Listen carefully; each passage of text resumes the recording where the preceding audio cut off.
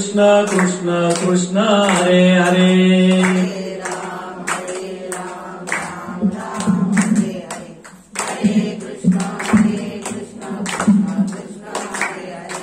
हरे राम राम राम हरे हरे हरे कृष्ण कृष्ण कृष्ण हरे हरे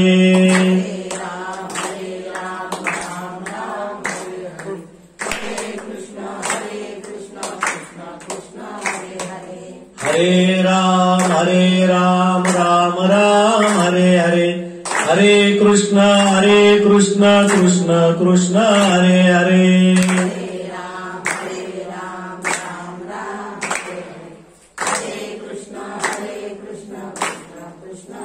गोपाल कृष्ण भगवान की जय। नाम संकीर्तनम यस्य सर्व पाप प्रणाशनम प्रणामो दुःख शमन स्तन्नमामि हरिं परम। आनंद कंद सच्चिदानंद समर्थ सद्गुरु भगवान श्री नागोबा देवताच्या सानिध्यामध्ये गेल्या 7 दिवसापासून या ठिकाणी आपण भागवताची कथा श्रवण करतो आहोत। द्वापार युगाच्या अंती कलियुगाच्या प्रारंभी राजा परीक्षितीला शाप झाला आणि शाप झालेल्या राजा परीक्षितीनं श्री गुरुची शरणागती स्वीकारली आणि गुरुच्या सानिध्यामध्ये भागवतीय तत्वज्ञानाचं चिंतन केलं। सानिध्य कुणाचं हे फार महत्वाचं आहे। आम्ही कुणाच्या संगतीला आहोत हे फार महत्वाचं आहे। आमच्या संगतीवरून आमचा व्यवहार ठरवला जात असतो, म्हणून सदा संगती सज्जनाची धरावी, कथा आदरे राघवाची करावी। या गोष्टी आम्ही केल्या पाहिजे। चांगल्या माणसाच्या संगतीला राहिलं तर आम्ही चांगल्या मार्गाला जाऊ आणि वाईट माणसाच्या संगतीला राहिलं तर वाईट मार्गाला जाऊ, हे लक्षात ठेवा। मग राजा परीक्षितीनं संग केला कुणाचा? शुकदेव भगवंताचा। कोणत्या आशेवर? काय मी उद्धार पावेल, काय कृपा करील नारायण। काय देवाची माझ्यावर कृपा होईल आणि देवाची जर माझ्यावर कृपा झाली तर मी उद्धार पावेन, असा विश्वास होता। पण बॅटरीवर चालू आहे, याच्यावर लाईटवर बघा पाहिजे। आवाज आला, बटन बंद करून पाहिजे खालचं, या बोर्डावरचं बटन बंद कर, लाईटवर कर चालू। काय मी उद्धार पावेल, काय कृपा करील नारायण, या आशेवर राजा परीक्षिती शुकदेवांच्या सानिध्यामध्ये आहे आणि मनाच्या ठिकाणी आनंद आणि दुःख दोन्ही गोष्टी एकाच वेळी येतात। तुम्ही म्हणताल महाराज आनंद दुःख कसं? तर आनंद या गोष्टीचा आहे की आज मी मुक्त होणार आणि दुःख या गोष्टीचं आहे की शुकदेवांसारखी गुरु माझ्या जीवनातून आज निघून जात आहे, याचं दुःख आहे। राजा परीक्षितीच्या मनातील तळमळ शुकदेव भगवंतांनी ओळखली आणि मग राजा परीक्षितीला शुकदेवजी भगवान म्हणतात, राजा पूर्व कथानुसारेनं उत्तर कथा प्रसंग। कालचा प्रसंग पाहिला आपण। कालच्या कथेमध्ये ज्या गोपिकांनी, ज्या यशोदा मातेनं, ज्या नंद बाबानं कृष्णावर प्रेम केलं, त्या सगळ्यांना सोडून कृष्ण परमात्मा मथुरेला गेले। वियोगाचं दुःख काय असतं? ज्याला वियोग झाला त्याला कळत, ज्याला नाही झाला त्याला कळत नाही। शहाणपणाच्या गोष्टी सांगायला बऱ्या वाटतात, पण भोगल्यावर मग कळतं खरं काय। उग फुकट बोलून काय मजा आहे? त्याला काय व्हायला? अरे त्याच्या अनुभवात तसं आलं म्हणून ते सांगायला लागले। फुकट सांगणाऱ्याला काही लागत नाही, पण ज्याने अनुभवलं त्याला कळत असतं की चटके कुठं बसलेत आम्हाला। म्हणून कोणाचंच खोटं मानू नये, खरंय, कारण ते सांगतो ना याचा अर्थ खरंय। कारण त्याच्या नशिबाला तसा अनुभव आलेला असतो, म्हणून तो अनुभवाचे बोध आम्हाला सांगत असतो. हे आम्हाला कळालं पाहिजे. आम्हाला वाटतं त्याला काय व्हायला, सगळं मिळालं ना, फुकट बडबड चालू आहे. अरे पण त्याच्या पाठीमागे त्याचे काय कष्ट असतात हे कळालं पाहिजे. वियोगाचं दुःख काय असतं हे गोपिकांना माहिती. प्रभू रामचंद्र अयोध्या सोडून 14 वर्ष वनवासाला गेले. याचे दुःख ऐकणाराला आहे का भोगणाराला आहे? आम्ही सांगतो नाही ऐकतो, फक्त आम्हाला भोगायला मिळालं का ते दुःख? नाही मिळालं. कुणाला मिळालं? अयोध्येतल्या लोकांना. 14 वर्ष प्रभू रामचंद्राला सोडून राहिलेल्या भरताला ते दुःख भोगायला मिळालं. भरताच्या नशिबात आलं, कौसल्या, कैकेयी, सुमित्रा यांना भोगायला आलं ते. मग ते दुःख काय असतं याची त्याला माहित असतं. दुःखाचा वाटेकरी कोणी नसतो, सुखाचे सगळे असतात. सुख के सब साथी, दुःख में ना कोई. सुख वाटून घेता येतं आम्हाला. समजा आमच्या घरी टोपलंभर गुलाबजाम केले, सगळेजण खाऊ शकतात. पण पायाला एवढं मोठं खाऊन आलंय, कोणी घेईल का अर्ध खाऊन आपलं काढून? नाही ना. त्याचा जो त्रास आहे तो आपल्या एकट्यालाच भोगावा लागत असतो. आणि भोगल्याशिवाय त्यागता येत नाहीत, हे लक्षात ठेवा. मग भोग कुणाला आहेत? सगळ्यांनाच येत. साधू संतापासून सर्वसामान्य जीवापर्यंत सगळ्यांना भोग येत. असं नाही की महाराज भागवत सांगायला त्यांना शॉर्ट बसणार नाही, बसतो. आता याच्यात जर करंट उतरलं थोटे साहेब, ते मला चिटकीन का नाही? ते विचार करीन का महाराज भागवत सांगायला? नाही. त्याचा गुणधर्म काय? पकडणे. महाराज असो की साधू असो, काय त्यानं गेलं त्याला? त्याचा गुणधर्म ते सोडतं का? त्याचा गुणधर्म काय? चिटकवणे हे त्याचा गुणधर्म आहे, ते सोडतं का? मग आम्ही आमचा गुणधर्म कम सोडला पाहिजे. मला वाटतं गुणधर्म सोडण्यात माणूसच नंबर 1 वर आहे. कुत्र सुद्धा इमानदारीनं आमच्या दारात भुकत बसतं रात्रभर, शिळ्या तुकड्यावर का होईना. पण गुणधर्म सोडण्यामध्ये आमचा पहिला नंबर आहे. मानवता हा सगळ्यात मोठा गुणधर्म आमच्यातला आहे. तो आम्ही जर सोडून दिला तर माणूस शून्य. मग हे सगळं स्वार्थापोटी होत असतं, लक्षात. आमच्या मनाच्या ठिकाणी स्वार्थ असतो आणि या स्वार्थामुळे आम्ही आमचं जीवन या ठिकाणी धुसर करून ठेवतो. इतका स्वार्थ भरलेला आहे की असं वाटतं दुसऱ्याला मिळालं की आम्हाला नकोच वाटतं. दुसऱ्याच्या पोराला जास्त मार्क पडले तर आमचं पोट दुखत. इथपर्यंत आम्ही खालच्या पातळीवर जातो. बाकीच्या तर गोष्टी सोडूनच द्या. मग इथपर्यंत जर आम्ही खालच्या पातळीवर जात असो तर मग याला मानवता कुठली म्हणायची? म्हणून भोग कुणाला चुकले नाही. असं नाही की साधू आहे, संत आहे म्हणून त्याला भोग नाही. भोग कुणालाही असतात. त्याचं लोक म्हणतात त्याला काय घालतो, तो भजन करतो, त्याला व्हायला नव्हतं पाहिजे. अर्ध्याचे भोग येत ना, ते भोग चुकत नसतात. पण त्याच्यावर मात करून परमार्थ करावा लागत असतो. कृष्णाच्या जीवनामधले सगळे दुःखाचे हे भोग आहेत. ज्या यशोदा मातेवर प्रेम केलं, ज्या राधेवर प्रेम केलं, ज्या गवळणीवर प्रेम केलं, त्या सगळ्यांना सोडून कृष्ण परमात्मा कुठे गेले? मी तर म्हणतो याच्या जन्मापासून एकही दिवस सुखाचा नाही. एखाद्याचा जन्मच मुळे असा होतो, बाई माहेरी तसं, सासरी तसं, कुठंच सुख नसतं, आहे की नाही? एखाद्याचा कृष्णाचा जन्मच तसा आहे. 125 वर्षाचं आयुष्य आहे देवाचं, पण एकही दिवस सुखाचा नाही. एकही दिवस देवाच्या जीवनामध्ये सुखाचा नाहीये. तरी देवानं कधी कोणाला गारानं सांगितलं नाही. आमचं गारानं चालूच सकाळपासून झोपेपर्यंत. भेटलं त्याला गारण आहे, फोनवर गारण आहे, असं झालं गारण आहे, तसं झालं गाराण्याशिवाय आमचा जन्मच नाही. पण देवानं कोणाजवळ गारण करायचं व्हाय? मला सांगा त्याचा जन्म कुठं झाला? बंदीशाळा, जेलमध्ये झाला ना. आमचा जन्म कुठं होतो? हॉस्पिटल. हॉस्पिटल नाही, हॉस्पिटल. किती चांगलं नाव आहे त्याचं. जिथं गेली की सगळी हॉस्पिटल. नाकात नळ्या, तोंडात नळ्या, फिटती की नाही हाऊस? शोधून नाव काढलंय त्याचं हॉस्पिटल. आमचा जन्मही हॉस्पिटल आणि मरणही अँब्युलन्स मध्येच यावं लागतं आम्हाला घरी. देवाचा जन्म कुठं झाला? जेल मुक्त करण्यासाठी प्रभू जेलमध्ये प्रकट झाले. बरं, जन्म झाल्यावर सुख आहे का? जन्म झाल्याबरोबर माय लेकराची ताटात होती. देवकीला सोडून गोकुळात जावं लागलं नाही.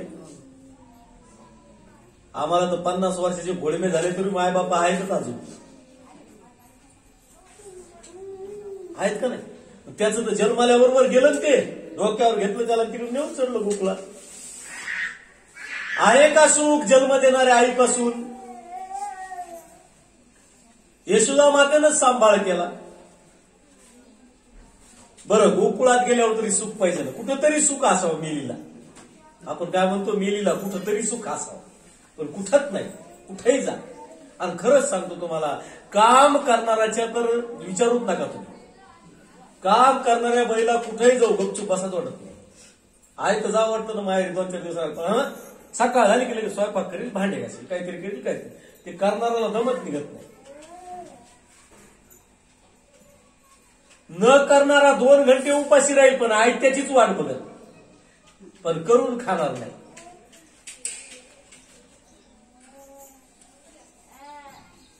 तिथेही सुख नाही. पण सुख ज्याने सगळ्याला दिलं, गोकुळीच्या सुखा अंत पार नाही लेखा. त्याच्यामुळं सगळ्यांना सुख झालं, पण त्याला सुख नाही झालं. असं जीवन आहे देवाचं. त्याला वाटलं गोकुळात तरी सुख मिळेल, पण कशात आलं? पुन्हा आली पुतना मावशी. मारायला आली ती काय? प्रेम करायला आली ती का? कशाला आली ती? मारायला आली. आहो बकीयम स्तनकालकूटम, कालकूट नावाचं विष स्तनाला लावलं आली ती.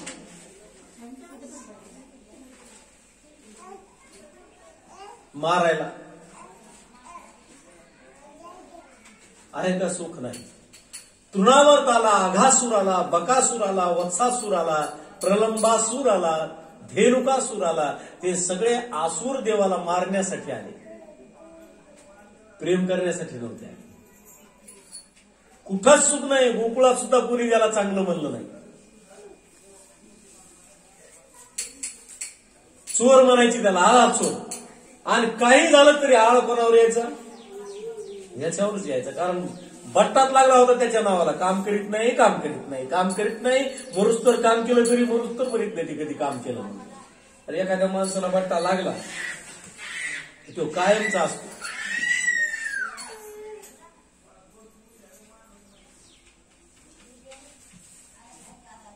चोर संबोधल्या गेलं त्याला.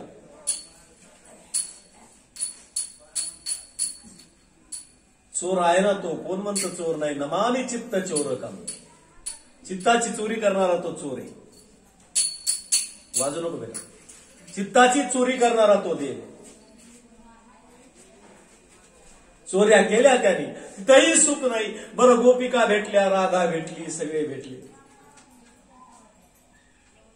आता तरी सुख मिळावं जीवनामध्ये. पण आक्रूर काका आली.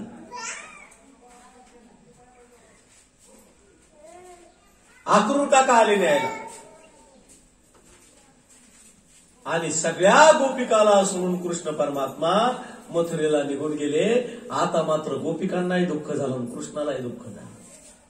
विराहाचं दुःख काय असतं हे गोपिकांनी भोगलं. अहो 4 दिवस आमच्या घरातला माणूस जर गावाला गेला तर आम्हाला करमत नाही. असल्यावरही त्रास होतो, नसल्यावरही त्रास होतो.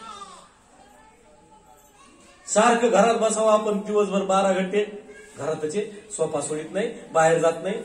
बरं ठीक आहे. एखाद्या दिवस 8 घंटे बाहेर जावं. जे गेले ते घरी येत नाही. अरे जगावं कसं? घरी बसलं जमत नाही, बाहेर गेलं काय करायचं माणसाने? मला सांगा. देव गेले मथुरेत. बरं तिथं काय गपचिप आहेत का? गेल्याबरोबर तिथंही कंसानं आक्रमण केलं. कुळ्यापीठ नावाच्या हत्तीला सोडलं, चाणूर पुष्टिकाला सोडलं. तिथं तरी सुख आहे का देवाला? अजिबात सुख नाही. 13 वर्ष राहिले. किती वर्ष? 13 वर्ष राहिले. एकदा आईनं जेवायला वाढलं कृष्णाला. कोणत्या आईनं? आता मथुरेत कोणती आई? देवकी माता. कारागृहातून सोडलं, उग्रसेनाला राज्य दिलं, स्वतः नाही घेतलं. रामानं रावणाला मारल्यावर राज्य कोणाला दिलं? बिभीषणाला दिलं. स्वतः घेतलं का? कृष्णानं कंसाला मारल्यावर उग्रसेनाला राज्य दिलं, स्वतः नाही घेतलं. कारण ज्याची संपत्ती त्यालाच. माणसानं कोणाचं लुबाडू नये. जे लुबाडतं त्याला कली कली म्हणतात. कली. दुसऱ्याचं लुटून तर खाऊच नाहीत. आपल्या मेहनतीचं घ्यावं.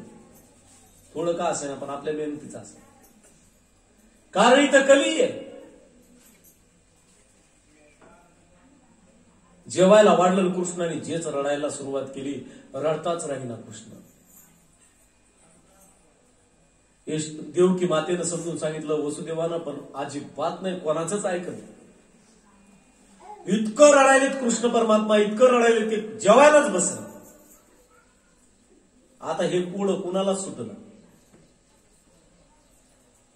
मग वसुदेव देवकीच्या लक्षात आलं की याचा एक मित्र आहे उद्धव. त्या उद्धवाला बोलवा आणि उद्धवाकडून काढून घ्यायला नेमकं काय झालं, आपलं काय चुकलंय. देवकी माता म्हणली कृष्ण आमचं काही चुकलं का? चुकलं असलं तर सांग. येशुदे इतकं आम्ही प्रेम करत नाही का? सांग. पण काहीच सांगायला तयार नाही. उद्धव आले. वृष्णी नाम प्रवरो म्हणते श्रीकृष्णस्य दयित सखा शिष्यो बृहस्पती साक्षात उद्धव बुद्धी सप्तमा. उद्धवाला उद्धवानं कृष्णाला विचारलं रडू नकोस कृष्णा, मी तुझा मित्र आहे, मला सांग काय झालं. त्यावेळेस कृष्ण परमात्मा बोलू लागले. कृष्ण परमात्मा म्हणले उद्धवा देवकी मातेला सांग की माझ्या पानामध्ये लोणी वाढत जाऊ नको. माझ्या पानात लोणी वाढत जाऊ नको. कारण लोण्याला पाहिले की मला गोकुळातल्या राधेची आठवण येते. मला पेंड्या वर्ध्या वाकुड्या शिदाम्या बोबड्या यांची आठवण येते. मला यशोदा मातेची आठवण येते. मला सगळ्यांची आठवण येते. माझ्या पात्रामध्ये लोणी वाढत जाऊ नको. मला तिला माझ्या पात्रात लोणी वाढत जाऊ नको. उद्धव म्हणले कृष्णा अजून तुझ्या डोक्यातून गवळणी गेल्या नाही? कृष्ण म्हणले नाही रे. कारण गोपिका इतकं प्रेम करतात माझ्यावर की ते प्रेम मी बाजूला करू शकत नाही. आणि जे प्रेम बाजूला होत नाही ते खरं प्रेम आहे. प्रेम होतं याचाच अर्थ प्रेम नव्हतं. प्रेम होतं याचा अर्थ काय होतो? प्रेम नव्हतं. प्रेमामध्ये होतं नव्हतं नाही, भूतकाळ नाही, काय नाही. प्रेमामध्ये फक्त वर्तमान काय आहे आहे संप. उद्धव बुद्धिमान होते. उद्धव म्हणले कृष्णा अरे त्या गोपिका वेड्या आहेत का? प्रेम करत असतात का? त्यांना ज्ञान नाही. ज्ञान. कृष्ण मुद्दामच रडले होते बरं का. कशामुळे रडले सांगू का तुम्हाला? कारण कृष्णाला माहित होतं उद्धवाला ज्ञानाचा अभिमान झाला होता. आणि तो अभिमान जिरवण्यासाठी देवानं ही लीला केली. काय देव हुशार असेल बघा. डायरेक्ट म्हणायचं नाही, पण काट्यानं काटा बरोबर काढायचं.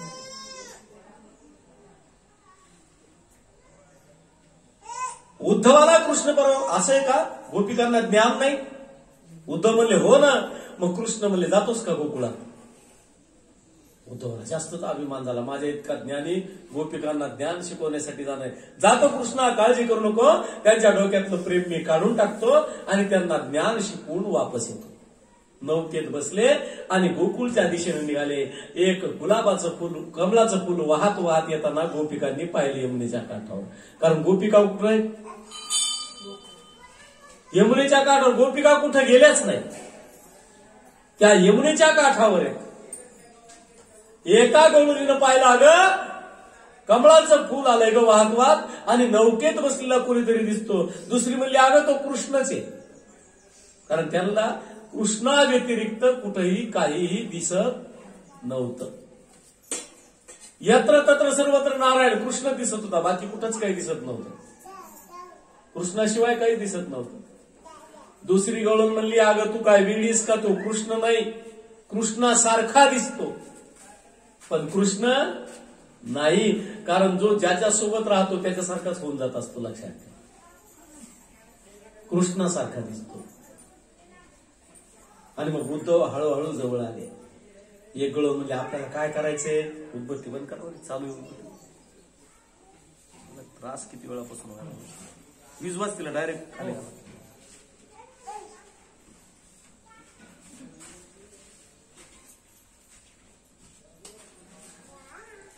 कृष्णासारखा दिसतो, पण म्हणले कृष्ण नाही. उद्धव होता उद्धव.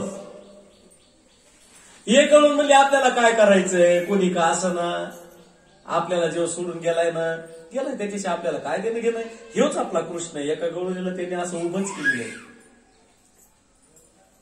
आलटून पालटून गवळणी अशा उभा राहायच्या कृष्णाचं पार्ट घेऊन, आणि त्यालाच कृष्ण म्हणायचे. आपल्याला काय करायचं बाकीच्या गोष्टी. उद्धव जवळ आले, म्हणले मी कृष्णाचा मित्र उद्धव आहे. कळून म्हणले असशील, आम्हाला काय करायचं,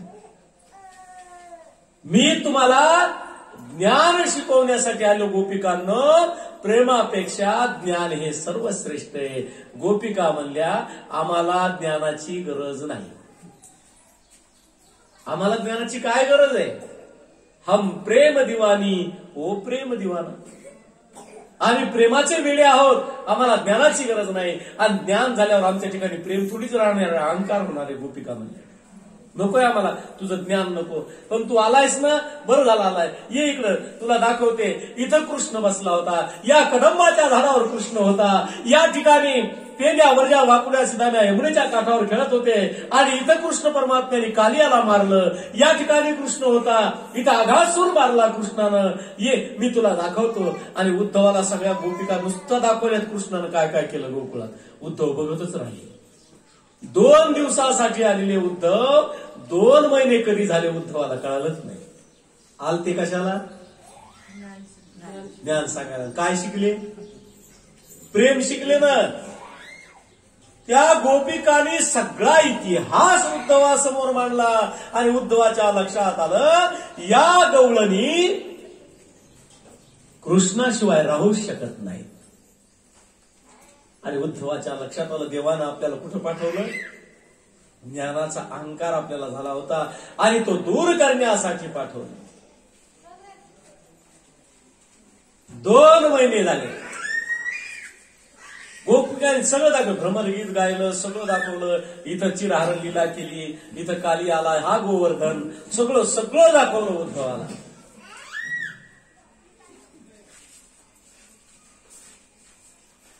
शेवटी उद्धव म्हणले गोपिकांनो तुम्ही धन्य आहात. हात जोडले उद्धवाने, हात जोडले गोपिकांना. आणि उद्धव म्हणाले कृष्णाला काही निरोप सांगायचा आहे का, कृष्णाला काही निरोप सांगायचा आहे का. त्यावेळेस गोपिका म्हणल्या त्याला काय सांगायचं, त्याला सगळंच कळतंय, त्याला कळतं म्हणून तो तुला पाठवलं इकडं. त्याला काय कळत नाही.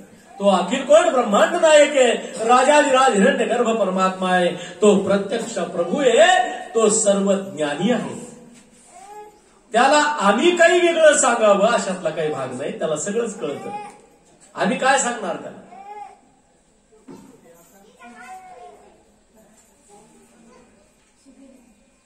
आम्ही काय सांगणार. आणि आल्या भावनेनं उद्धव निघून गेले, आणि कृष्णासमोर उभे राहिले. इतका आनंद झाला कृष्णाला. कृष्ण म्हणले उद्धवा उद्धवा, गोपींना ज्ञान शिकवलं. उद्धव म्हणले देवा क्षमा करा, पण ज्ञानापेक्षाही प्रेम हे श्रेष्ठ होतं.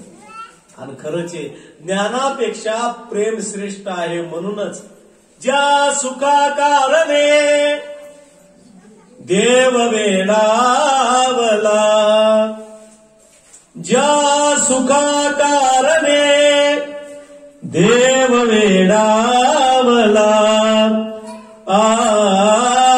वैकुंठ सोडोनी संत सदनी राहिला. देव वेडा झाला, त्याला वैकुंठात करमलं नाही, तो कुठं आला, वाळवंटात आला. इथं आला तो, कारण देवाला भक्ताशिवाय करमत नाही हे लक्षात ठेवा. आणि भक्तच देवाला बांधू शकतात, बाकी कुणी देवाला बांधू शकत नाही. यशोदेला बांधता आला का, कशामुळे बांधता नाही आला. तिथं आई होती ना, जिनं लहानपणापासून कृष्णाला सांभाळलं तिला बांधताना सुद्धा 2 बोट दोरी कमी पडली. किती कासरे लावले तिनं तरी 2 बोट दोरी कमीच पडली. का? अहम आणि मम, मी बांधीन म्हणल्याने बांधता येत नाही, अहंकारानं त्याला बांधता येत नाही. 2 बोट दोरी कमी पडली. असे 2 बोट आमचे कमी पडतात, अहंकाराची आणि ममतेची. मी म्हणल्यानं जमत नसतं, मी म्हणल्याने होत नसतं, अहंकाराने होत नसतं. असा देव बांधल्या जात नसतो. देव बांधायसाठी जनाबाई व्हावं लागतं. जनाबाई झाल्याशिवाय देवाला बांधता येत नाही. नामदेव झाल्याशिवाय देवाला बांधता येत नाही. तुकाराम झाल्याशिवाय देवाला बांधता येत नाही. असं देवाचं मंदिर बांधता येईल पैशानं, पण देवाला बांधता येत नाही. त्याच्यासाठी भक्तच व्हावं. आणि सगळे भक्त प्रेमापोटी तयार झाले ते लक्षात ठेवा, ज्ञानानं नाही झाले. इंग्रजी येत होती का जनाबाईला? कधी पिवळ्या गाडीत बसून गेली का जनाबाई? पिवळी गाडीमध्ये इंग्लिश स्कूलची गेली का जनाबाई बसून? कधीच. MBA केलं का तुकारामानं? केलं का? गेलं का अमेरिकेला निघून? नाही. हे काहीच नव्हतं ना त्यावेळेस. अमेरिका असं नव्हतं ना, हे देश असणारच ना त्या काळात, ज्ञानेश्वर महाराजांच्या काळात. पण गेलं का कधी? नाही. किती शिकला याला महत्व नाही, पण शिकून किती दक्ष आहे याला महत्व आहे.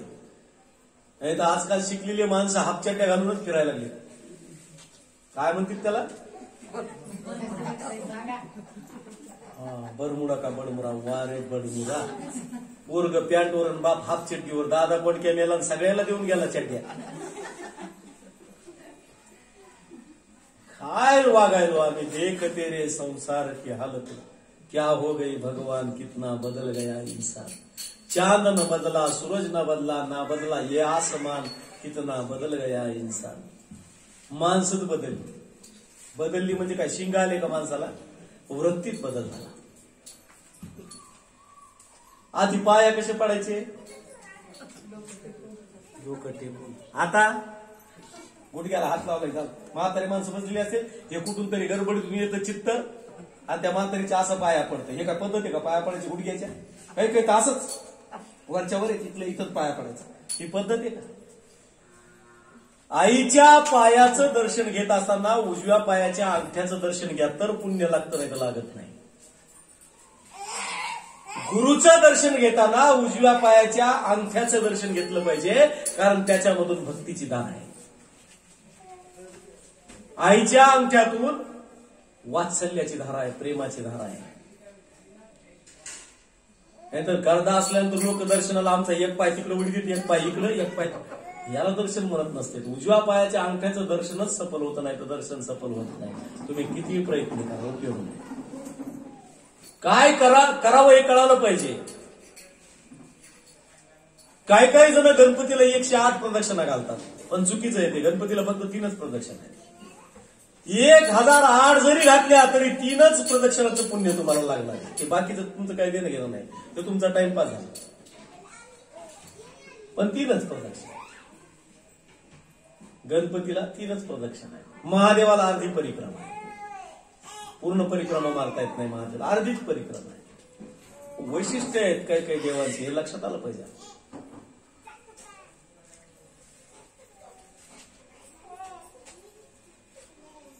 काय करावं हे कळालं पाहिजे आम्हाला. म्हणून भगवंताचा इतिहास बघावा लागतो. आहे सुख देवाला? संस्कृतीच्या प्रवाहाच्या विरुद्ध दिशेने गेलं तर दमछाक होणार, हे लक्षातच ठेवा.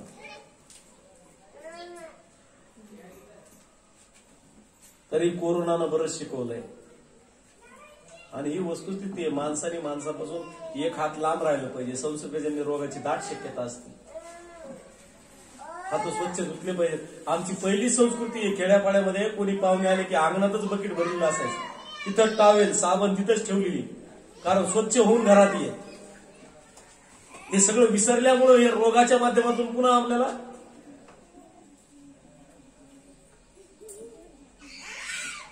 भोग रोगाच्याच रूपाने येत असतात, दुसरं बाकी कशाच्या यांनी येत नसतं. या गोष्टीचं ज्ञान आम्हाला व्हायला पाहिजे, तर उपयोग नाही तर काही उपयोग नाही.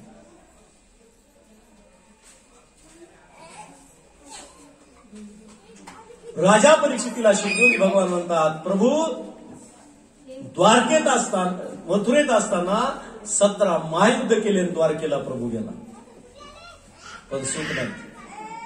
ते काय सांगतो, सुख नाही. बरं, आम्ही लग्नाची किती तयारी करतो, लग्नाची आमचं जर लग्न असेल तर किती तयारी आमची, आणि देवाचं लग्न पळून जाऊन. आणि आमच्या लग्नाचं 8 वाजता कोणती साडी नेसायची, 9 वाजता कोणती साडी नेसायची, 10 वाजता कोणती साडी नेसायची, 12 वाजता कोणती साडी नेसायची, वीरपंथीला कोणती साडी नेसायची, आणि मुलगी वाटी लावताना कोणती नेसायची. 10-12 तर साड्या आमच्या बॅगमध्येच असतात. तरी बायको विचारते नवऱ्याला, तुमचे कपडे किती आहेत, तो काय माझा एकच अंगावर ड्रेस घातला तो दुसरा, बाकी सगळी बॅगीच्या कपड्यानच भरती, साड्यानं मॅचिंगच सगळं. त्यातली त्यात रात्रीचं लग्न असावं, मुलीला कधी वाटी लावते, सकाळी 2-3 वाजता, बरोबर आहे ना. रात्रीच्या लग्नात काय काय वारांनी झोपलेले असतात. मला खरं सांगा, त्यावेळेस कुठं रडू येतं का, झोपेतून उठल्या रात्री 2-2:30ला. पण बऱ्याच जणी हुशार झेंडूबाब जवळ ठेवतात. आधी 3 वाजता उठलं, चला पोरीला वाटी लावायचे, त्या लगेच झेंडूबाब लावून घेतात. मग कॅसेट मध्ये दिसतं, बाई आत्या किती रडल्या हो, अर्धा झेंडूबाब गेला ना.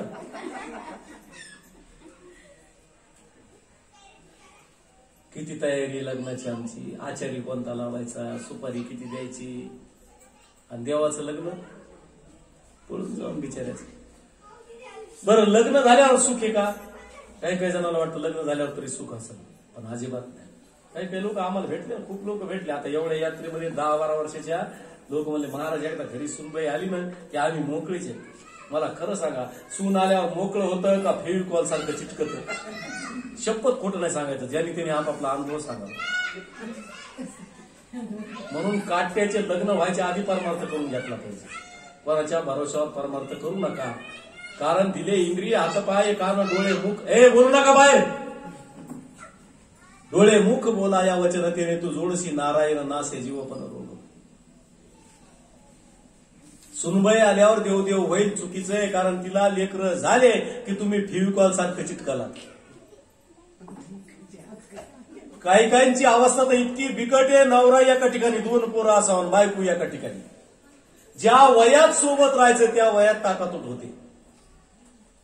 असा संसार आहे. असं पोरायचं झाल्यावर होईल म्हणून नाही, आपल्या हातापायात जोपर्यंत ताकद येईल, काट्याचे लग्न व्हायच्या आधी परमार्थ करून घ्या. कोणाच्या भरोशावर करू नका. माझा मुलगा मला देवाला नेईल हे चूक आहे. तू काय केलं जन्मभर? बोंबलत फिरलास ना, तुला काय जाता येत नव्हतं? दोघं नवरा बायको स्वतंत्र होतात, तुम्ही जाऊन यायचं.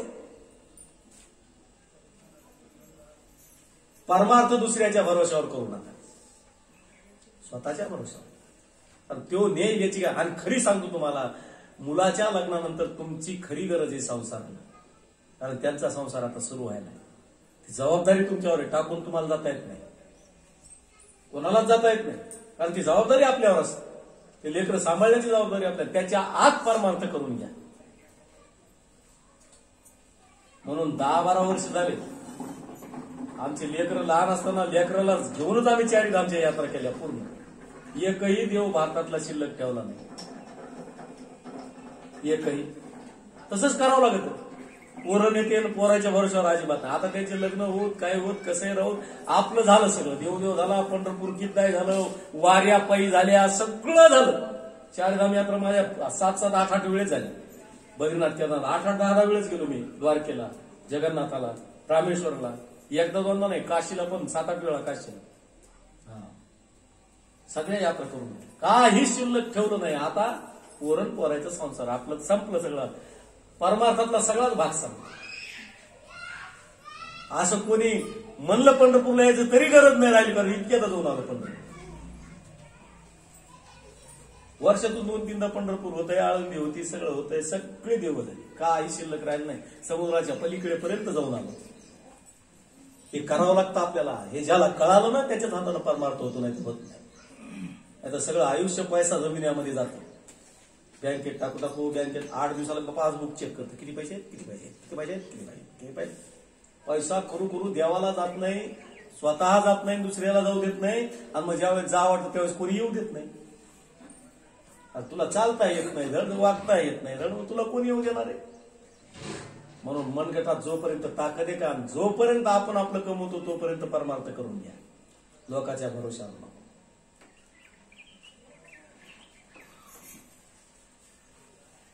प्रभूने आम्हाला दर्शन घडवलंय भागवताच्या माध्यमातून. मी तुम्हाला का सांगतोय, कारण देवानं असा संघर्ष केला की देवासारखा संघर्ष कोणीच केला नाही. मी तरी म्हणतो कृष्णा इतकं संकट कोणावरच आलं नाही.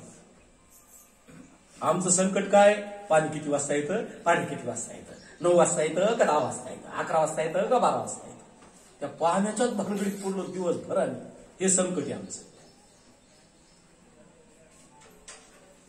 होईल ना, काहीतरी नियोजन लागल ना, भरोसा तर नाहीच. पॉझिटिव्ह थिंकिंग जीवनामध्ये नाहीच, हे सगळं नकारात्मक. हे नाही होणार, ते नाही होणार. अरे होणार म्हणणं काय बिघडतं का, तेच बोलायचं ना, पण उलट बोलणं पण नाहीच. काही काही माणसं सरळ उत्तर देतच नाही तर सरळ बोलतच नाही. याच्यासाठी भागवत ऐकावं लागतं. भागवतानं सगळे मार्ग असे स्पष्ट करून दिलेत तुम्हाला मला जगण्यासाठी. पळून जाऊन देवानं लग्न केलं, आता लेकरू झाल्यावर तरी सुख असेल ना का नाही, नाही नो.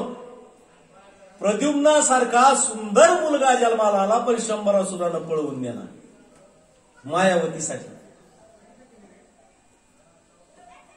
माशानं गिळला, त्या कोळ्यानं मासा नेला आणि चिरला, तर त्याच्यातून ते पोरग निघालं आणि मायावतीनं सांभाळलं.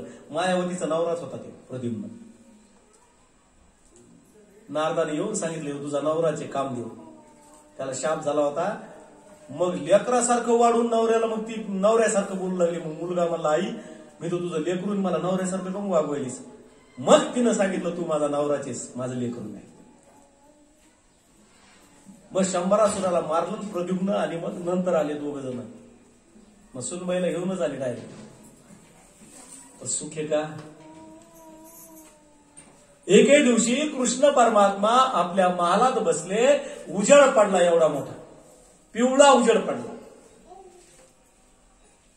कृष्णानं विचारलं उजेड कोणाचा आहे, म्हणले सत्राजिताचा. का म्हणले, कारण त्याच्याजवळ सिमंतक नावाचा मणी आहे आणि तो दररोज 64,000 तोळे सोनं देतो. किती, 64,000 तोळे. एका तोळ्याचा भाव किती आहे, 64,000 तोळ्याचा भाव किती. नका गणितलं, आपल्याला घ्यायचं नाही द्यायचं नाही. एवढं सोनं भारतात रोज होतं, म्हणून या भारताला सोने की चिडिया म्हणायची. जहां डाल डाल पर सोने की चिडिया करती है बसेरा, ओ भारत देश है मेरा. पण परकीय आक्रमणानं देश लुटल्या गेला, आमची संपत्ती कमी झाली. कृष्ण सत्राजिताला म्हणाले, सत्राजिता हे मनी तुला काय करायचं आहे, राजभांडारामध्ये जमा कर. तो म्हणला नाही देणार, माझी वैयक्तिक प्रॉपर्टी, तुला कम देईल. आणि कर्म धर्म संयोगानं मनी चोरीला गेला. कृष्णानं चोरला नव्हता पण चोरीला गेला. आता आळ कोणावर येणार आहे, कारण बाटत लागली नाही ना. कृष्ण म्हणले अरे मी मनी चोरला नाही, मला काय करायचं. नाही नाही, लहानपणी लय दूध तुपलून चोरीत होतं, मोठाले डाके टाकायलास, तूच चोरलास म्हणे. कृष्ण म्हणले जोपर्यंत तुझा मनी सापडत नाही तोपर्यंत मी द्वारकेत येणार नाही. गेले निघून कृष्ण परमात्मा मनी शोधायला. तो मनी कुणी नेला होता, तर प्रसेन, सत्राजिताचा भाऊ प्रसेन होता, त्याने तो मनी नेला होता. रस्त्यामध्ये प्रेत सापडलं प्रसेनचं.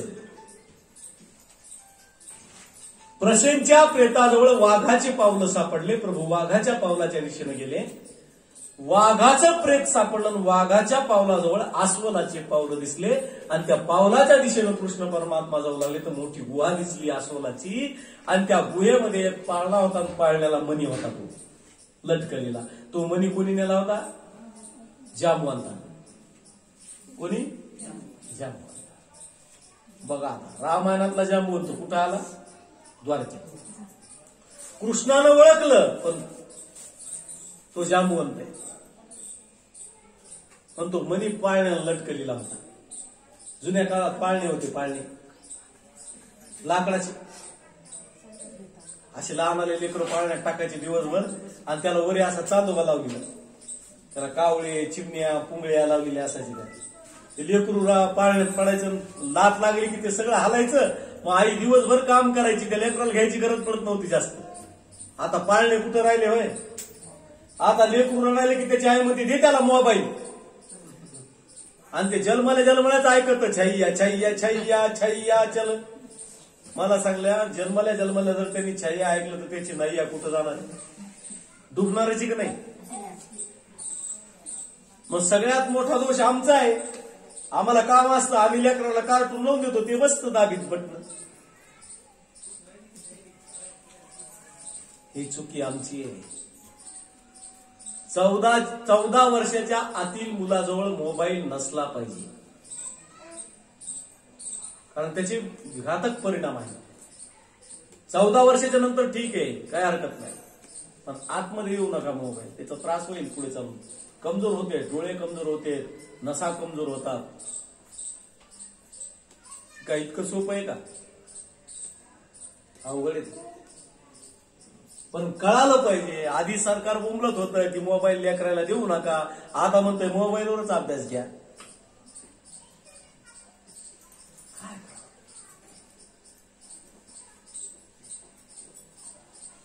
तो मनी तिथं होता. कृष्ण म्हणले मनी देतोस का? तो म्हणला माझ्याबरोबर युद्ध कर, कारण कृष्णाला त्यांनी ओळखलंच नाही. जामवंत 28 दिवस युद्ध केलं कृष्णानं त्याच्याबरोबर, पण ओळख दिलीच नाही. 28व्या दिवशी एक बुक्का मारला कृष्णानं. कृष्ण म्हणले अरे ओळखीलच का नाही? ते मला खूपच मारतोस रे बाबा, ओळखू येईनच. मग राम रूपामध्ये दर्शन दिलं जामवंताला. राम रूपात प्रगट झाले. इतका आनंद वाटला जामवंताला. म्हणले प्रभू आधीच का नाही सांगितलं? म्हणले अरे तुझ्या बाहूची रथ जिरवेल असा तुला शब्द दिला होता त्रेतायुगामध्ये, तो मी द्वापार युगात पूर्ण केला. लक्ष देऊन ऐका. त्रेतायुगातला शब्द देवानं द्वापार युगात पूर्ण केला. आम्ही सकाळी कोणाला तरी शब्द देतो, संध्याकाळी फिरून जातो. मी कधी म्हणलो? आम्ही कधी म्हणलो? हा अरे कुठं फेडणार आहेस?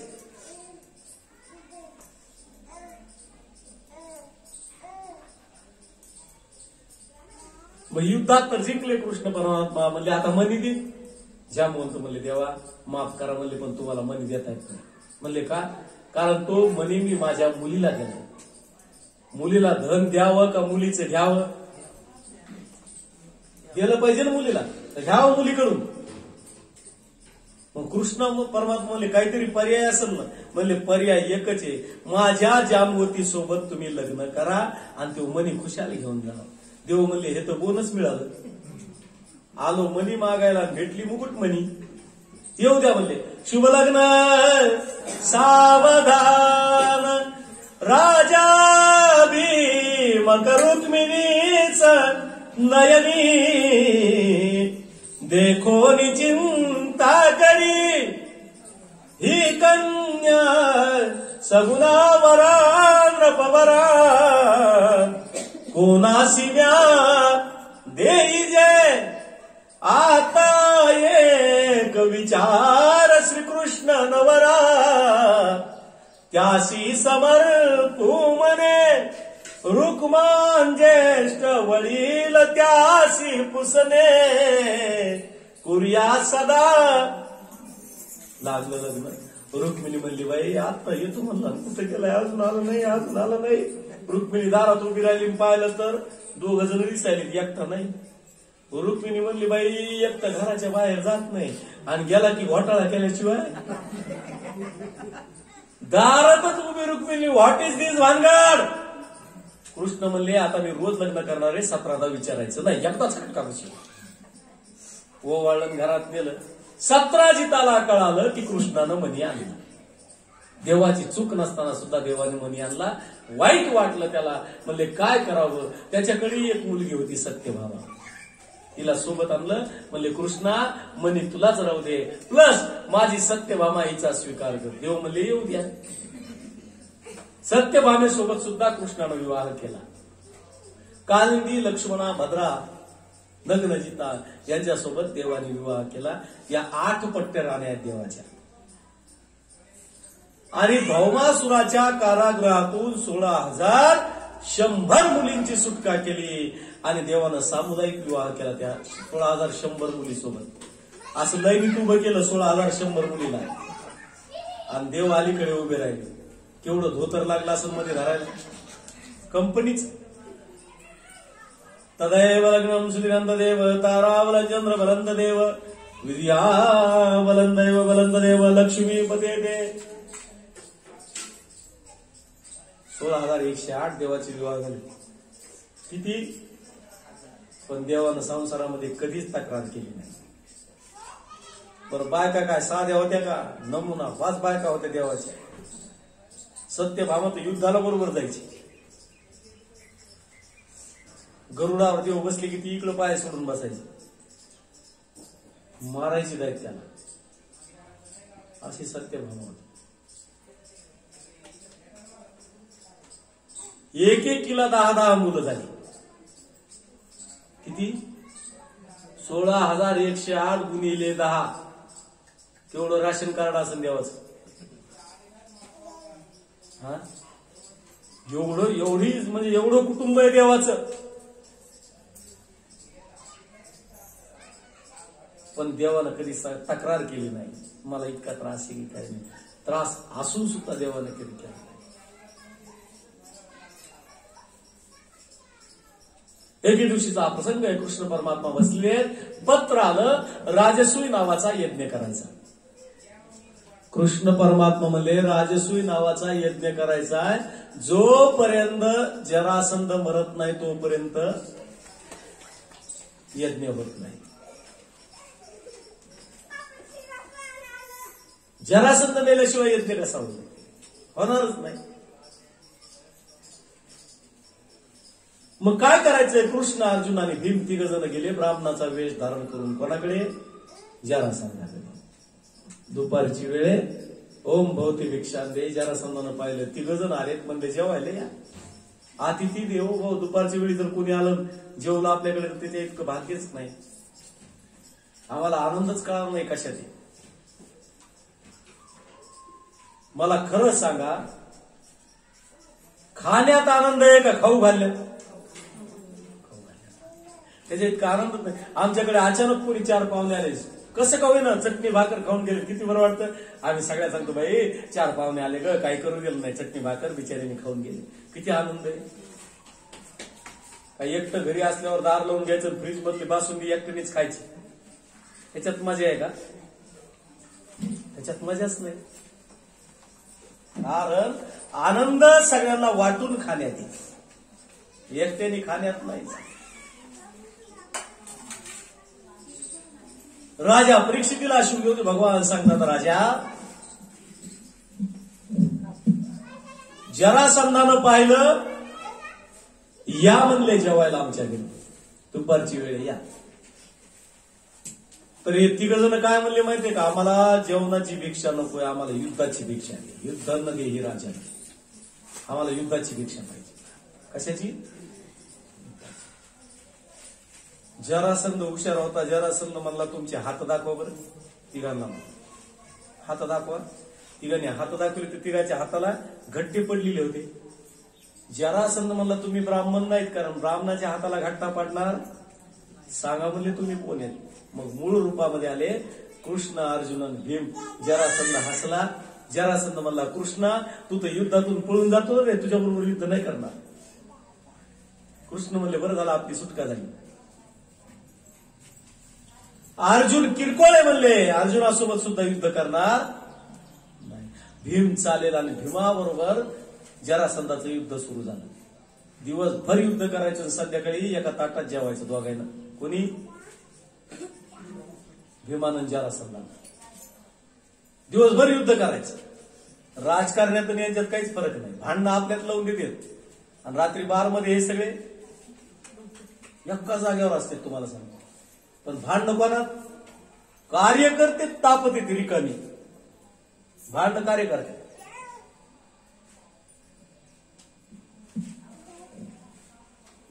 एके दिवशी भीमाला झोपत लागलं. कृष्ण परमात्मा असे झोपलेले, भीम असा आहे, जरासंध असा आहे. दचकू दचकू उठायला भीम. कृष्णाने विचारलं, भीमा तुला झोप कम लागल? भीम मला, देवा झोप लागल कशी? जेवायला बसलं की पकवान तुम्ही खायला, तर युद्धामध्ये मार मी खायलो म्हणले. जरासंध काय कमी मारायला का मला? तुमचं लक्षच नाही माझ्याकडे. कृष्ण म्हणले, आता उद्या तुझ्याकडे लक्ष दे, तू माझ्याकडे लक्ष दे. मग जरासंध भीमाचं युद्ध सुरू झाल्यावर भीम युद्ध कमी करायला पण देवाकडे जास्त पाहिलं. देवानं काय केलं, एक काडी घेतली, मधून फाडली. भीमाला जरासंधाला आपटलं, मधून फाडलं. इकडचा भाग इकडे टाकला आणि इकडचा भाग इकडे टाकला, जरासंध समाप्त केला. देवाकडे पाहिल्यावर जरासंधाला कसं मारावं याची आयडिया आली. जरासंध संपला आणि राजसूय नावाच्या यज्ञाला सुरुवात झाली. मग राजा परीक्षितीने विचारलं, कोणी कोणी कोणतं काम केलं मला सांगा. म्हणले, दुर्योधनाकडे धनसंचयाचं काम आलं, भीमाकडे जेवू घालण्याचं काम आलं. कारण जो चांगलं खातो तोच खाऊ घालू शकतो ना. आणि तुम्हाला अजून सांगतो, पंक्तीत जर जेवायला बसायचं असेल तर जो दाबून जेवतो त्याच्या शेजारी बसा, पोट भरते. शुगरवाल्याजवळ तो बसूच ना. ती 7.5 स्वतः खात नाही, दुसऱ्याला खाऊ देत नाही. जो चोपून हाणतो का त्याच्या शेजारी बसलं पाहिजे, असं दणकावत.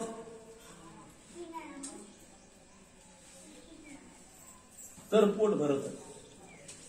अरे शुगरवाला पाहिल्यात लाईनीत बसले असं मानलो का, ते वाढणार कोणालाच वाढीत नाही. चांगली बुंदी केलेली असती, शिरा केलेला असतो, कोणालाच वाढीत नाही.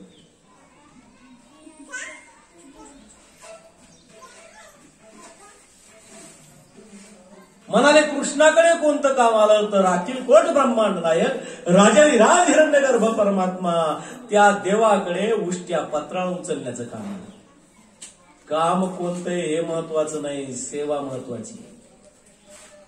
काम महत्वाचं नाही, सेवा महत्वाची. आणि त्या उष्ट्या पत्राळे उचलण्यामध्ये जे पुण्य आहे ते कशातच नाही. आणि आम्ही नेमकं ह्या कामाला गडी लावतो, माणसं लावतो. पण उष्टी पत्राळ उचलली पाहिजे, त्याच्या इतकं भाग्यच नाही. देवाकडे पत्राळ उचलण्याचं काम. मग जेवणारी उष्ट टाकू लागली. कृष्णाला वाटलं इतकं उष्ट कम पडायले. कृष्णाने जाऊन विचारलं, का आचारी चांगला नाही का? म्हणले, आचारी चांगला आहे, ओळखीचाचे म्हणले आपले. बरं ते काही पैसे घेत नाही, फुकट करते. मग जेवणच कम म्हणले. लोक म्हणले, भीमाच्या धसकीनं जेवणच जाईल. म्हणले, काय झालं? भीम पंक्तीत फिरायला, नीट जेवा, उष्ट टाकू नका, नीट जेवा, असं आहे का म्हणले. मग कृष्णानं भीमाला बोलवलं. म्हणले, गावाच्या बाहेर एक ब्राह्मण राहतो, त्याला सांगितलं का नाही? म्हणजे नाही सांगितलं. जाय म्हणले, सांग. भीम गेला. म्हणले, देव बाप्पा आमच्याकडे जेवायला या. त्यांनी घरातूनच उत्तर दिलं, येतो. भीम म्हणला, बाहेर येऊन तर सांगा. बाहेर येऊन पाहिलं तर सगळं शरीर माणसाचं, तोंड घोड्याचं.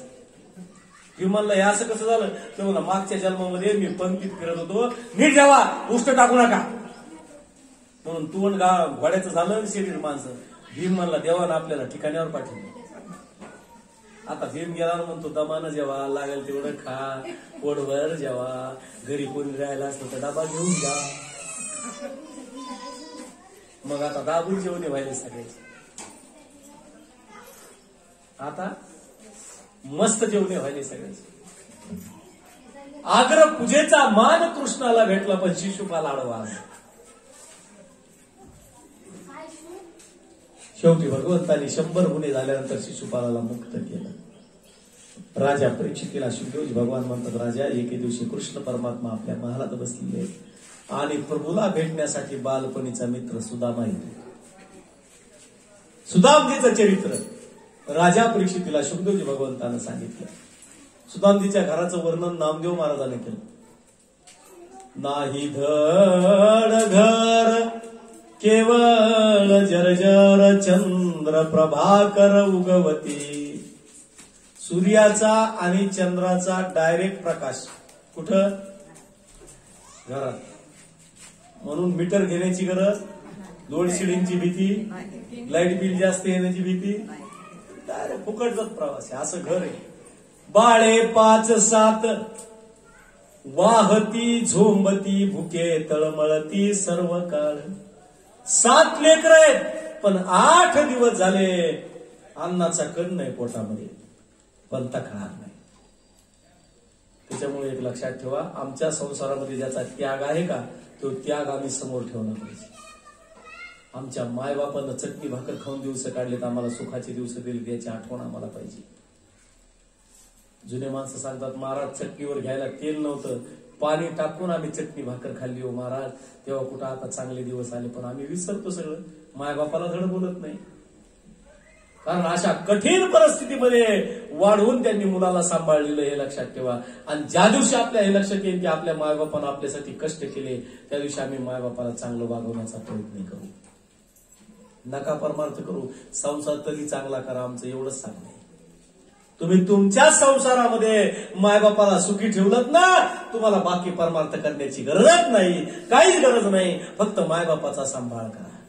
भागवतातून हेच शिका, वडीलधाऱ्या माणसाचा आदर करायचं शिका. संस्कार कशाला म्हणतात सांगू तुम्हाला, हे संस्कार आहे. दुसऱ्याची संपत्ती खाऊ नका, कलिये. द्यूतम पानम श्रियस्सुना यात्रा धर्म चतुर्विधा.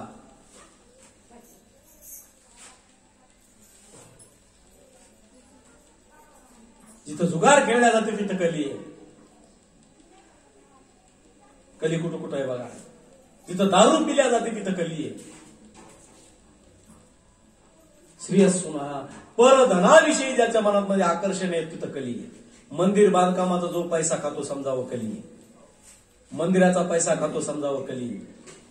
मुलीच्या लग्नातला पैसा खातो समजावं कली आहे. सप्ताहामधला पैसा खातो समजायचं कली आहे. ब्रह्मधन खातो समजायचं कली आहे. इतक्या ठिकाणी कलीला जागा दिलेली, कमी ठिकाणी दिली का जागा? म्हणून हा इतक्या ठिकाणचा पैसा खाऊ नये. बाकी तुमचा व्यवहार, धंदा, व्यापार, नोकरी ते द्या सोडून, आम्हाला त्याची काय देणं नाही. पण इतक्या ठिकाणी पैसा खाल्ला नाही पाहिजे, धन खाल्लं नाही पाहिजे. राजा परीक्षितीला शुद्धोजी भगवान म्हणतात, नामा म्हणे त्याने प्रपंच सांडला, परमार्थ मांडला उगाची. 8 दिवसापासून लेकरं उपाशी, आईच्या साडीचा पदर धरला. आई काय उपाशी राहून जगावं लागतं का ग? 7 लेकरांना जवळ घेतलं आणि सुशीला, सुदामजीची पत्नी आहे, ते म्हणले, बाळांनो मी तरी काय करू. एक पेलाभर पीठ होतं बरं का, आणि त्या पिठाचं दूध केलं, म्हणजे पाणी टाकलं त्याच्यात, आणि लेकरांना 1 गिलास प्यायला दिलं, बाळांनो दूध प्या. सुदामजीच्या मुलांना दूध कसं असतं याची चव नाही, आणि आमचे पदार्थ उकंड्यावर जातात, किती शोकांतिक आहे. कळताना हिशोबशीर केलं तर वायाच जात नाही होय. जर आमचे अन्न पदार्थ जर उकंड्यावर जात असतील तर मग आमच्या जीवनाचा काय उपयोग आहे? अन्नाची किंमत कळली पाहिजे. शिळं उरलं असं तर कुठके वाळू घालून नंतर करून खा, पण फेकून देऊ नका. कुत्र्याला खाऊ घाला, गाईला खाऊ, गाईला नका, गाईला चाराच पाहिजे. आपण गाईला भाकरी खाऊ घालतो ती गोष्ट वेगळी. पण खरं पुण्य सांगू का, जे कुत्र्याला खाऊ घालण्यात लागतं ते गाईला खाऊ घालण्यात लागत नाही. कारण कुत्र्याची कधी काय होते, हडहड हड हड हड हड. त्याला प्रेमानं जर खाऊ घातलं ना तुम्ही तर त्याच्या इतकं पुण्य कोणतं नाही. गाईपेक्षाही जास्त पुण्य लागतं कुत्र्याला खाऊ घातल्याचं. गाईला तर लागतच नाही अशीला मागणार. पण काही काही गाईला एवढी टायमिंग माहीत झाली, तुम्हाला सांगतो, बरोबर 8 ते 8:15 नाश्त्याच्या वेळेला दारात येऊन उभा राहते. त्यांना माहिती या वेळेला आपल्याला खायला मिळतच इथं. शहराने गाय बघा तुम्ही किती, कमीत कमी 40 ते 50 गायी आहेत आमच्या कॉलनीमध्ये. बरोबर त्यांचे घरं ठरलेली आहेत, पुन्हा त्या बरोबर त्याच गेट जवळ जातात जिथं खायला मिळतं त्यांना. त्यांचे घरं वाटून घेतलेली आहेत त्यांनी. कोण्या वेळेला किती खायला मिळतं हे बरोबर माहित असतं. म्हणून अन्नाचा आदर करा. अन्न हे परब्रह्म आहे. कारण सगळा जन्म आमचा कशासाठी जातो? अन्न खाण्यासाठीच की नव्हतं. जन्म आमचा सगळा आम्ही खातो कशासाठी? जगण्यासाठीच खातो. कष्ट करतो कशासाठी? त्याच्यासाठीच करतो. प्रत्येकाचे कष्ट त्याच्यासाठीच. मग एवढे कष्ट करून जर आमच्या पाठीमागे बिमाऱ्या लागल्या कमवून तर मग काय उपयोगाचं आहे? म्हणून निरोगी जीवन जगा. कधी तपासलं तर बीपी कंट्रोलमध्ये पाहिजे, शुगर कंट्रोलमध्ये पाहिजे, सगळं. आज आम्हाला काही खायला द्या, काही रोग होत नाही कशालाच. शुगर नाही, बीपी नाही, काही कसला आजार नाही. कंट्रोलमध्ये राहा. खाता नाही त्याच मर्यादेनं खा. खायला बसलं की किती खाऊ नका. काही काही जण 50-50 गुलाबजाम हातात या कट्टाय मला. चवी चवी घेऊ घास ब्रह्मरस आवडी. कारण तो ब्रह्मरस आहे परमार्थातला. ब्रह्मरस चवीनं खाल्ला पाहिजे. राजा परीक्षितीला शुद्धजी भगवान म्हणतात 8 दिवस झाले आणि पोरं पिठाचं पाणी पिऊन खेळायला गेले. आपसामध्ये मित्र भेटले. श्रीमंताच्या मुलांनी विचारलं तू काय खाल्लं, तू काय खाल्लं. त्यावेळी सुदामजीच्या मुलानं सांगितलं आज आईने सांगितलं एकादशी आहे आम्ही दूधच पिलं. त्यावेळी श्रीमंताचे मुलं म्हणले अरे एकादशी तर 2 दिवसापूर्वीच येऊन गेली, आज कसली एकादशी. लेकरं पळत पळत गेले आईकडे. आईच्या साडीचा पदर धरला. आई आमच्याशी खोटं बोललीस नाही का, आम्हाला अजून 8 दिवस उपाशी ठेव पण खोटं आमच्याशी बोलू नकोस. का खोटं बोललीस आमच्याशी, खोटं बोलू नकोस. त्याच मुलांना जवळ घेतलं आणि सुशीलेनं सांगितलं बाळांनो एकादशीची आमच्यावर विशेष कृपा आहे. 8 दिवसातून 6 दिवस एकादशी आपल्याच घरी असते बाळांनो, एकादशी आपल्याच घरी असते. मुलं शांत बसले. म्हणजे आई आता त्रास देणार नाही. दिवसा मागून दिवस जाऊ लागले आणि एके दिवशी 4 भाकरीचं पीठ आलं. किती आणि खाणारे किती आहेत 9. 7 लेकर 2 नवरा बायको 9 जण खाणारे आणि 4 भाकरीचं पीठ आलं. अर्धी अर्धी भाकरी 8 दिवसानंतर लेकरांना खाऊ घातली आपल्या आईनं आणि अर्धीच भाकरी उरली. खाणारे जीव किती आणि भाकरी किती 8. पण पत्नीनं विचार केला सुदामजीचं पोट भरावं म्हणून अर्धी भाकरी त्यांच्या पात्रात वाढली. स्वतः उपाशीच राहिली. आणि खरंच आहे महिला मंडळाचं कसं असतं करून खाऊ घालण्यात त्यांना आनंद असतो. पाठीमागे रस शिल्लक राहू की नाही राहू. रसाच्या दिवसामध्ये आपण बघतो ना आणि रस जर नंबर 1 झाला तर अर्ध वाटी काहीतरी उरतं पाठीमागे. पुन्हा करून खाती नाही का.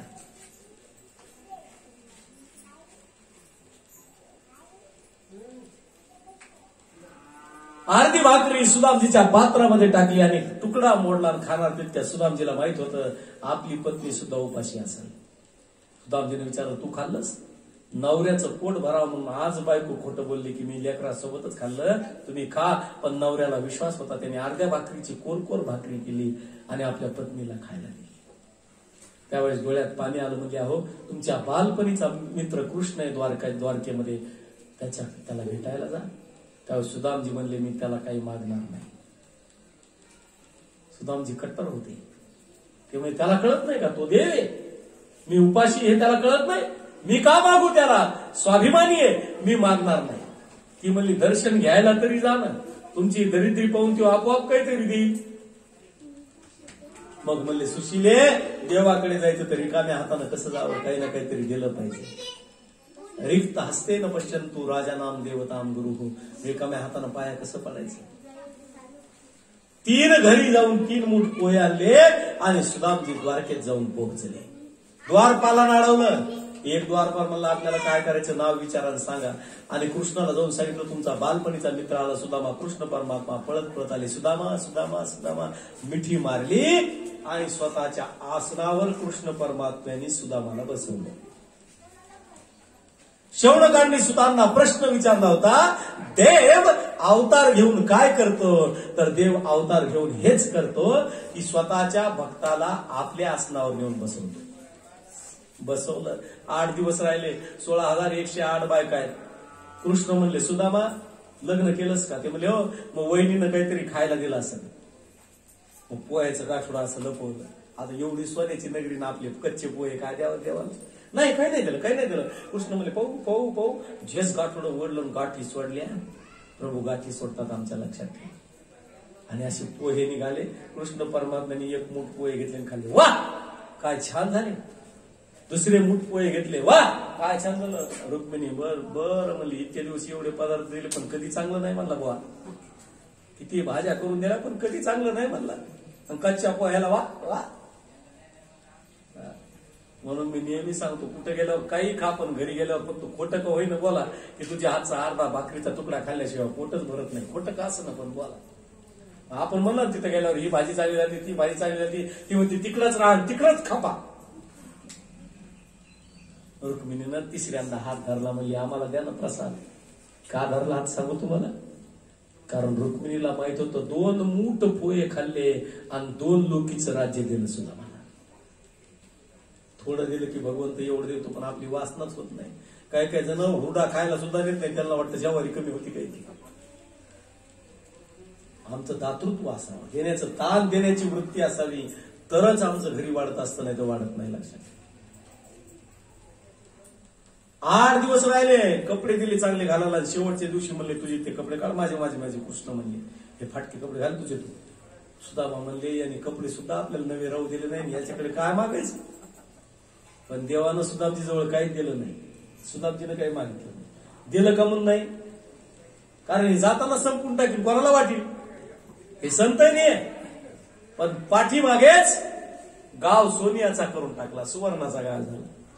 सुदामा ब्राह्मण दुःख दरिद्रे पिढीला, मुष्टी पोहे घेऊन या त्याच्या भेटीला गेला गा.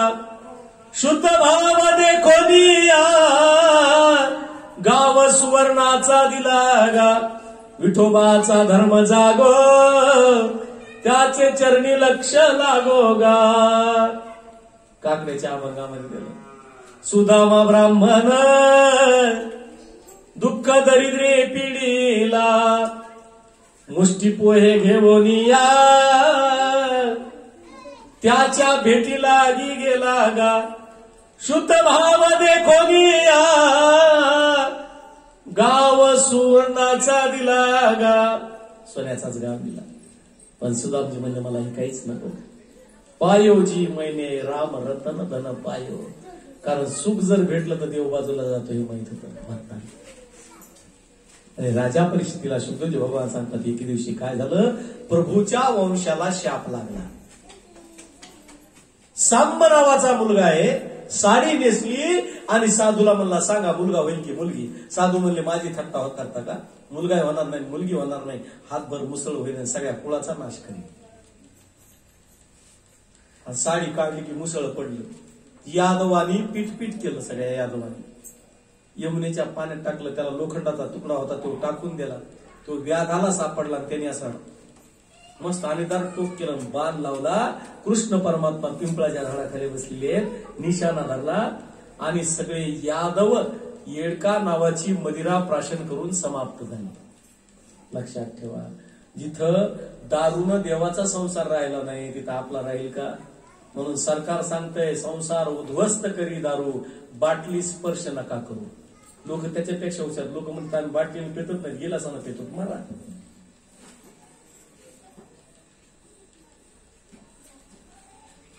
बदिरा प्राशन करून प्रवास क्षेत्राच्या ठिकाणी आपण गेलो होतो. तिथं कसा वंश नष्ट झाला तिथं आम्ही पाहिलं. तिथं जाऊन द्वारकेला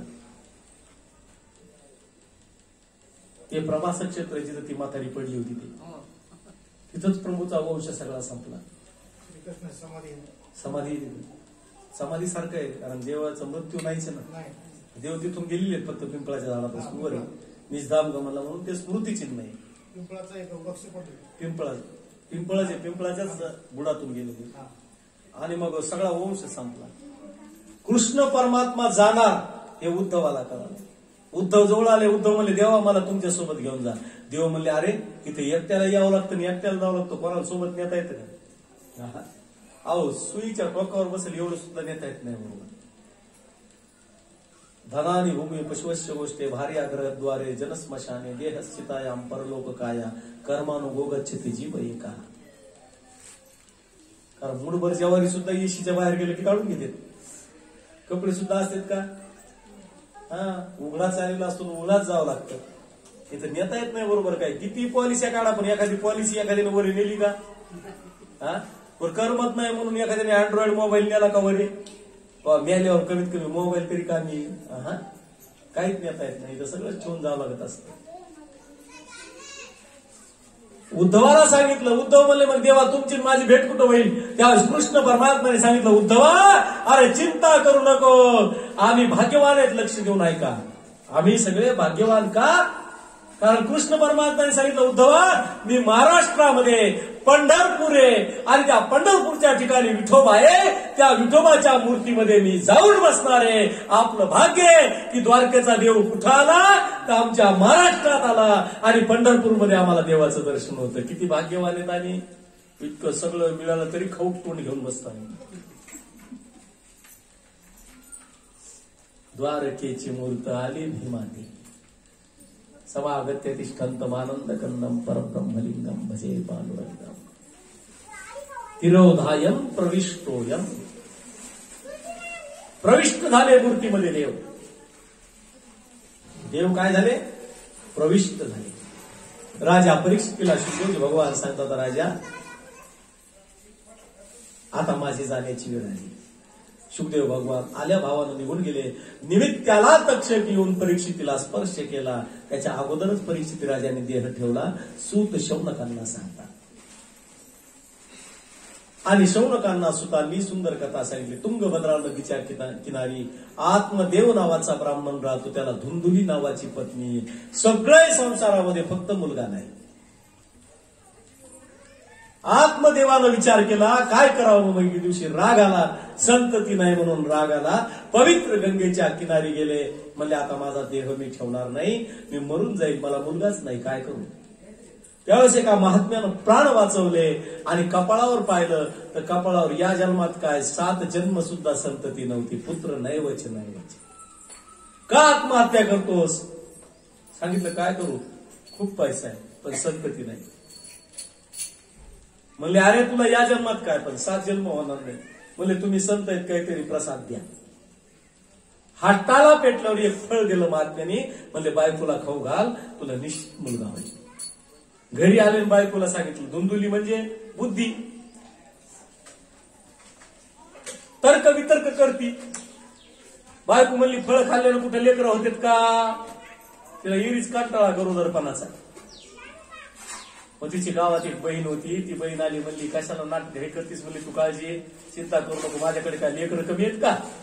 4 लेकरं मामाच्या गावाला गेले, 4 लेकरं अजून दुसरीकडे गेले फिरायला. 3 जण अंगणवाडीला आहे. एक पहिलीला, एक दुसरीला, एक तिसरीला, एक चौथीला आहे, एक 5वीला आहे. 2 जणांचा पत्ता नाही कुठे गेले. किती झालेत बघा लेकरं आईला. 2 जणांचा पत्ता नाही. एक माझ्या बोटाला धरून आला, एक माझ्या कड्यावर येऊन पुढची तयारी. तू मला धन दे, त्याच्या बदल्यात मी तुला लेकरू देते. तू फक्त नाटकं कर. 2 महिने झाले, 3 महिने झाले, 4 महिने झाले, 6 महिने झाले, नाटकं कर. दोघींची युती झाली आणि नाटक करायला सुरुवात केली. ते फळ होतं का त्या अंगणामध्ये गाईला टाकून दिलं, गाईनं खाल्लं. महात्म्याचा प्रसाद होता म्हणून गाय गाभण राहिली. 10 महिन्यानं तिच्या उदरातून लेकरू जन्माला आलं. गोकर्ण भगवान की. तिने नाटकं केले. 2 महिने झाले, 3 महिने झाले, 9 महिने 9 दिवस परिपूर्ण झाल्यानंतर धुंदुककारी नावाचा मुलगा झाला. 5 विषयाच्या नादी लागला. 5 विषयाच्या आई बापाला त्रास देऊ लागला. म्हणून आत्मदेव गोकर्णाकडे गेला. म्हणला अरे तू गाईच्या पोटी जन्माला आलास पण किती विद्वानीस. त्यावेळेस गोकर्णानं सांगितलं बाबा तो तुमचा मुलगा नाही, मागच्याही जन्मात नव्हता आणि पुढच्याही जन्मात राहणार नाही, काळजी करू नका, चला आपण तीर्थयात्रा करू. आणि गोकर्णासोबत तीर्थयात्रा करायला निघून गेले. हा आईला इतका त्रास देऊ लागला, आईला मारू लागला, रोज आईला 5 विषयाच्या नादी लागला. आणि एक दिवशी आईला राग आला. क्रोधात बहुती समूहा स्मृतिविभ्रमात बुद्धिनाशो बुद्धिनाशात प्रणश्यती. रागानं काय होतं माहितीये का तुम्हाला? बुद्धीचा नाश होत असतो. म्हणून राग कधीच नाही आला पाहिजे. आम्हाला राग जवळच असतो काही काही माणसाला. रागानं घेतलेला निर्णय चुकीचा असतो हे लक्षात ठेवा. तुम्ही निर्णय घ्या पण रागात घेऊ नका, शांततेत घ्या. रागाचा निर्णय चुकीचाच असतो. मग आईनं स्वतःचा देह सोडून दिला. मग एके दिवशी या 5 वेशानं मिळून याला मारून टाकलं. गोकर्णाला कळालं, गयेच्या ठिकाणी पिंडदान केलं पण मुक्त झाला नाही. गोकर्णाला त्रास देऊ लागला. विचारलं तू कोण आहेस? म्हणले मी तुझा भाऊ आहे धुंदुककारी. अरे म्हणले तुझं पिंडदान केलं गयाला काशीला. म्हणले माझं पाप इतकं आहे की मी कशानंच मुक्त होणार नाही. मग आकाशवाणीनं सांगितलं सत्संग करा आणि भागवताची कथा केली गोकर्णानं. भागवताची कथा म्हणल्यावर खूप लोक येऊन बसले ऐकायला, कारण इथं काही निमंत्रणाची गरज नसती, आपोआप आलं पाहिजे.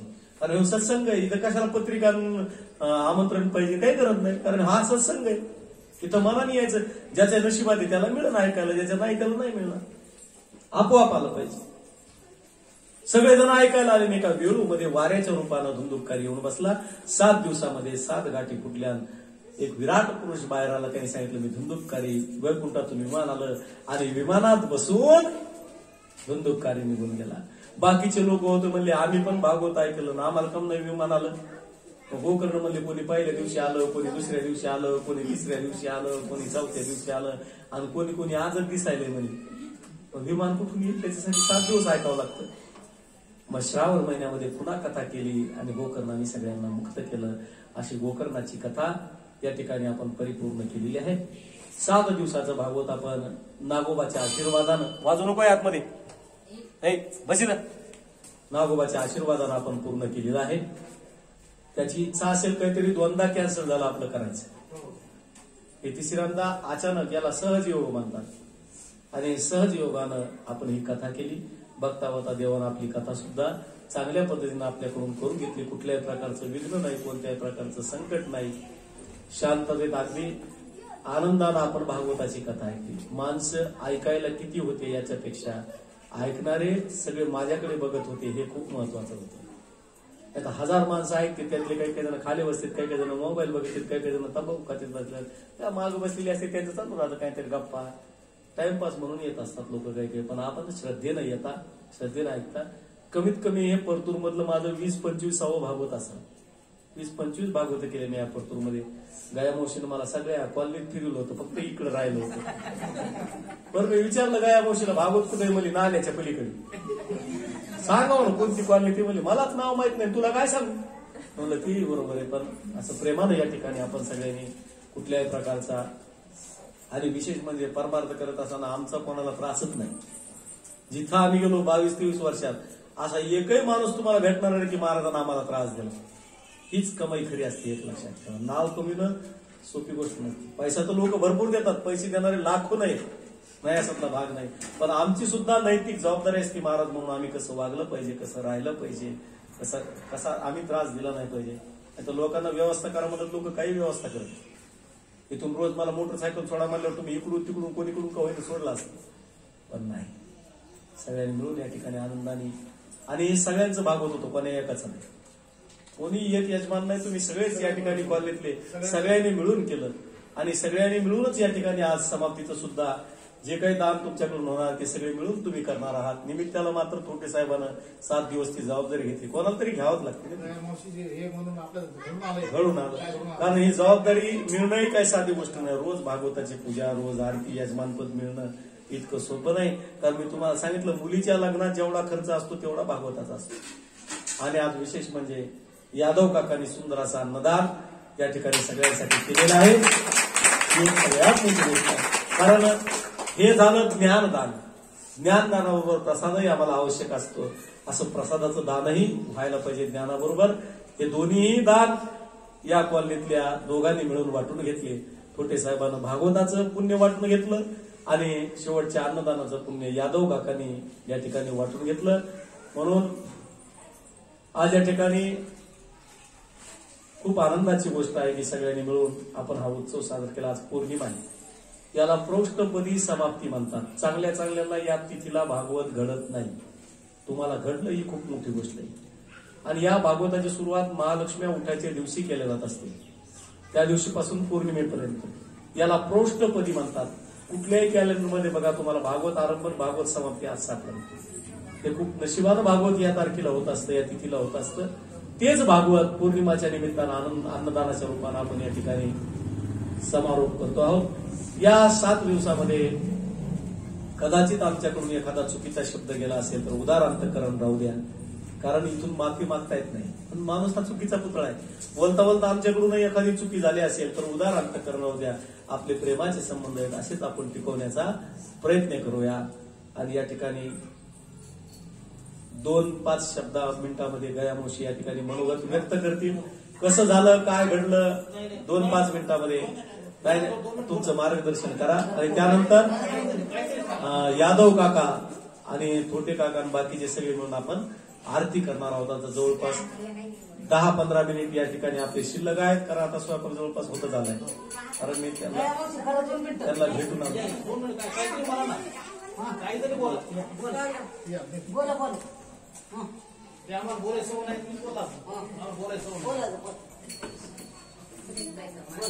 मार्गदर्शन करा ना.